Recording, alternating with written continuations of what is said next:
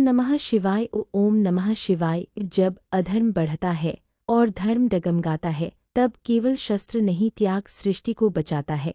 आज की कथा त्याग की है।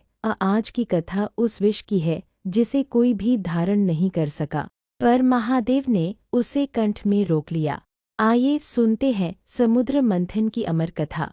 देवता और दानव दोनों अमृत चाहते थे। देवता इसलिए कि धर्म की रक्षा कर सके और दानव इसलिए कि अमर होकर संसार पर शासन करे। तब समाधान निकला समुद्र मंथन।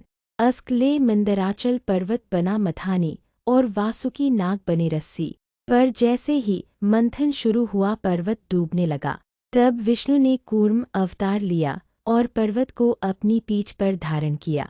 तब सागर गरजने लगा, लहरें उठी, आकाश कांप उठा। मंथन से अमृत नहीं, पहले निकला हलाहल विष, इतना भयंकर, इतना उग्र कि उसकी एक बूंद से तीनों लोग भस्म हो सकते थे।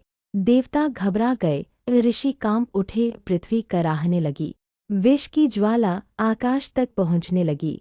तब सबकी दृष्टि गई कैलाश की ओर। सब बोले, हे महादेव, अब केवल आप ही रक्षा कर सकते हैं। देवता कैलाश पहुँचे। नंदी ने मार्ग दिया। शिव ध्यान में लीन थे, मौन अचल। देवताओं ने पुकारा, हे महादेव, सृष्टि नष्ट होने वाली है। शिव ने नेत्र खोले, उनकी दृष्टि में क्रोध नहीं, करुणा थी। उन्होंने एक क्षण सोचा और बोले, जो सृष्टि की रक्षा के लिए है वह मैं स्वीकार करूँगा। महादेव सागर तट पर आए। उन्होंने अपने हाथों से हलाहल विष उठाया। पूरा ब्रह्मांड सांस रोककर देख रहा था।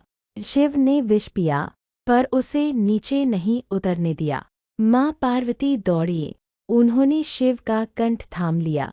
विष कंठ में ही रुक गया। उस विष के प्रभाव से शिव का कंठ नीला पड़ गया और तभी से वे कहलाए नीलकंठ। महादेव ने स्वयं पीड़ा सही पर सृष्टि को बचा लिया। नीलकंठ होना केवल विष पीना नहीं, नीलकंठ होना मतलब दुख को भीतर रोकना और बाहर शांति देना। शिव हमें सिखाते हैं, हर विष को वाणी या कर्म में नहीं, संयम में रोको। यही शिव तत्व है। अब कुछ क्षण मौन रखें, कल्पना करें आप कैलाश पर हैं, सामने ध्यानस्थ महादेव, उनके कंठ में नीलिमा है, मस्तक पर चंद्र, जटाओं से गंगा। 3 बार मन ही मन बोले, ओम नमः शिवाय, ओम नमः शिवाय, ओम नमः शिवाय। समुद्र मंथन ने हमें अमृत दिया, पर उससे पहले नीलकंठ का त्याग। अगले भाग में आप सुनेंगे सती का त्याग, दक्ष यज्ञ और महादेव का प्रलयंकारी तांडव।